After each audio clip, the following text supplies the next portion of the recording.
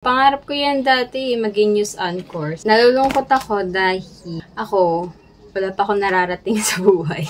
What's up guys? Welcome back to my YouTube channel. So for today's vlog, susundo tayo ng estudyante sa school dahil today is first day of school ng mga bata dito sa Bukana. So susundin ko yung pamangkin ko na grade 1 yata. Let's go.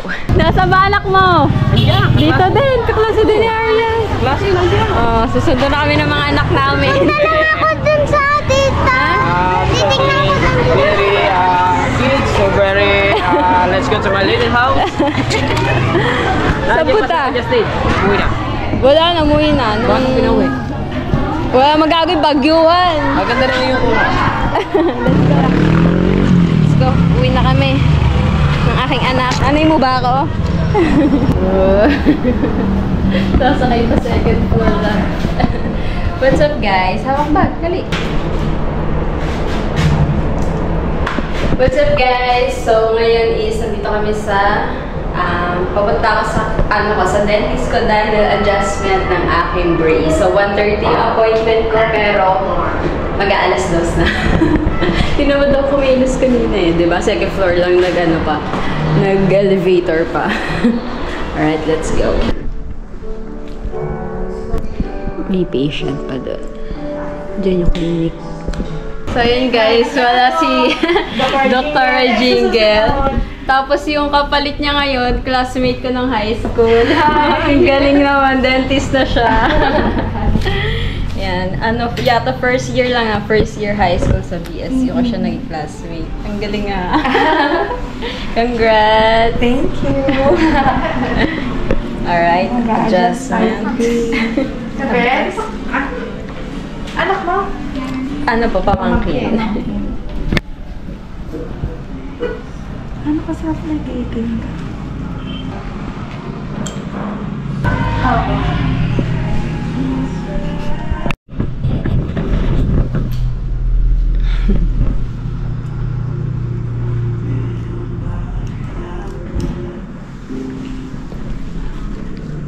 Mamuki ka. Ating pang scale. Saan ka nag-LM? BSU din, pero nag-West ako. Alam ko classmate ko sa West. Sa West din siguro naging classmate din. Opo. Kasi nag-West din po ako, tapos naalala ko. Naging classmate ko din siya sa West. Parang medyo matagal pala tayo naging classmate. Oo nga. Hindi kayo nagkakaroon ng ng get-together or reunion.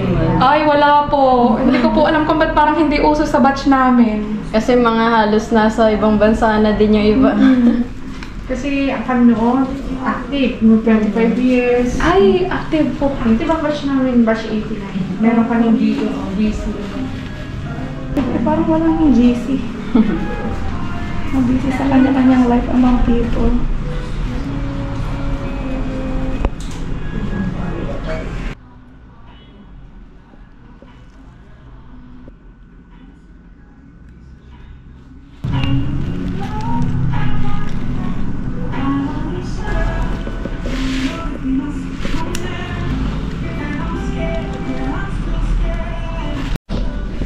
Alright guys, tapos na. Ito yung new color natin. Teal. Walang sky blue. Sky blue sana gusto ko eh. Ay, hello po. Alright, let's go. Babayad na tayo. Pero saan po? Gcash payment po. How come na?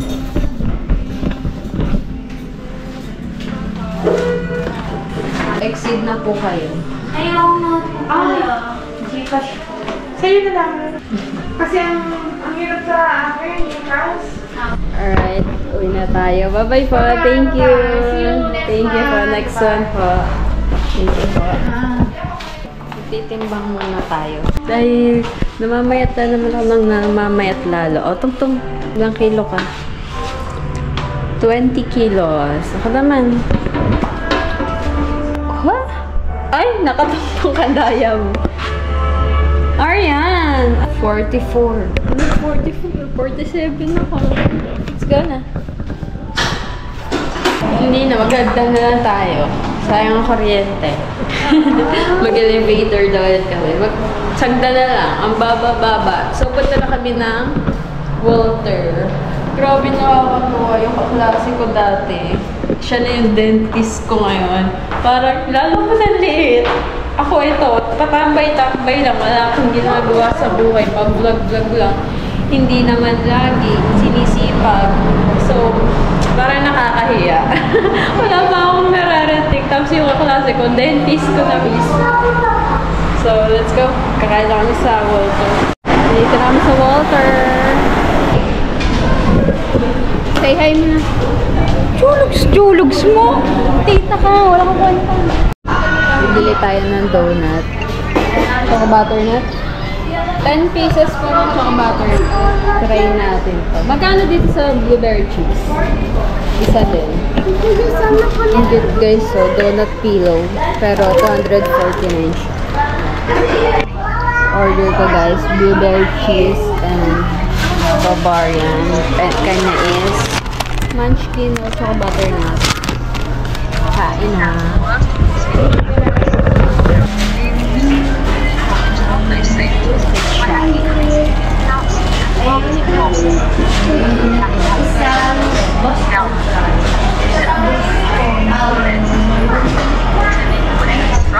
Walang lasa yung gilid. Wala siyang feeling.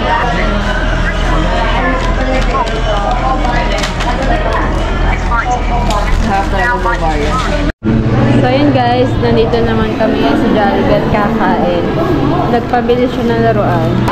Kiddie meal. Diba dapat nakalagay yan sa magandang box? Wala na, ganyan. Sa plastic lang siya nakalagay. Yan.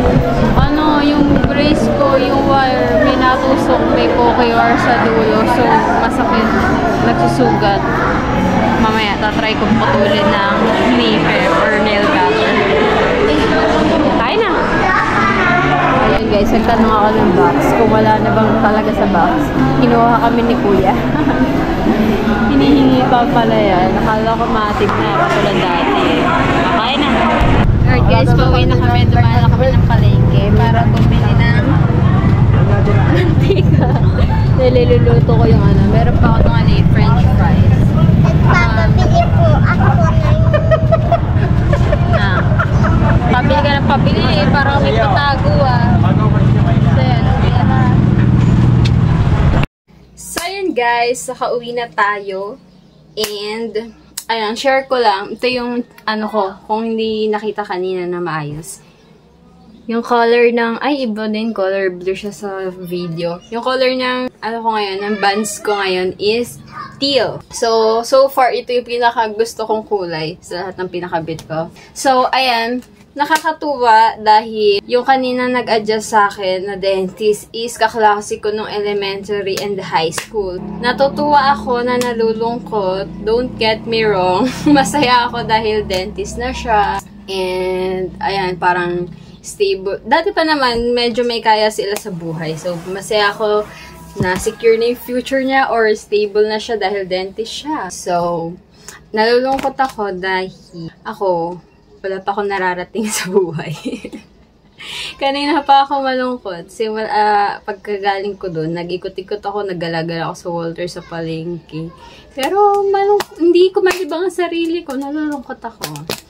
Kasi this past few weeks or months, ayan, lagi ang tumatakbo sa isip ko. Pinagpe-pray ko ng pinagpe-pray kung ano bang dapat kong gawin sa buhay ko. Alam ko, kailangan ko maghanap ng trabaho. Dahil magandang tinapos ko, computer engineering, sayang naman kung hindi natin magagamit. Pero, number one na problema ko is, takot ako sa tao.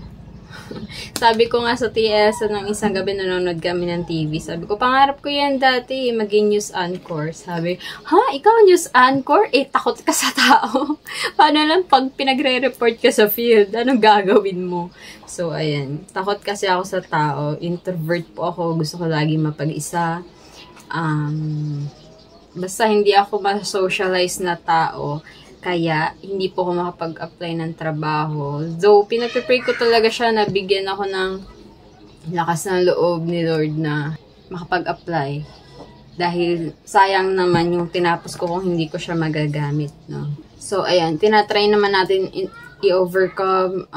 May gusto kong gawin. Gusto kong maging freelancer or virtual assistant. Hindi mo kailangan humarap sa mga tao. Virtually lang. Makikipag-usap, maghanap ng client. Pero ang problema, wala naman laptop. Kaya, pinag-iisipan ko, mag-a-apply muna ako ng trabaho para makapag-ipon pambili ng laptop. Tsaka ako mag-a-apply ng work as a freelancer or virtual assistant. So, ayan. Hindi ko alam. Ang tanda ko na, 25. Pero wala pa akong experience sa trabaho. So, hindi naman pwedeng hapabuhay. Nandito lang ako, nakakulong lang ako sa bahay. Ayan nga yung picture ko. Lagi ko, dinisplay ko talaga siya para ma-remind ako everyday na, ayan, nakatapos ka, engineering ka. Nakakahiya lang dahil nung tinanong kanina nung klase ko kung, ikaw, saan ka na ngayon? Sinabi ko lang na may hinihintay akong papers, paris ako ng ibang bansa. Kasi dapat ipipetisyon ako ng mami ko. Hindi ko alam kung ano nang nangyari. Kaya tumagal yung pag-aaral ko. Inabot ako ng 7 years or 8 years sa college. Dahil kailangan ko mag-aral daw para mapetisyon ako. Pero hanggang ngayon, walang nangyari. Matagal daw talaga, pero hindi na ako umaasa. So, nag-iipon lang ng lakas sa loob para makapaghanap ng trabaho. So, ayan, hanggang dito na ang aking vlog.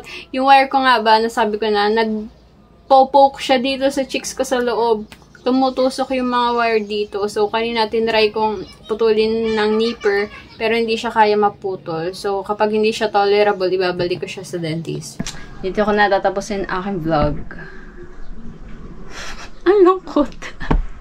Naiyak ako. So, hanggang dito na ang aking vlog. Bye-bye. Thank you for watching.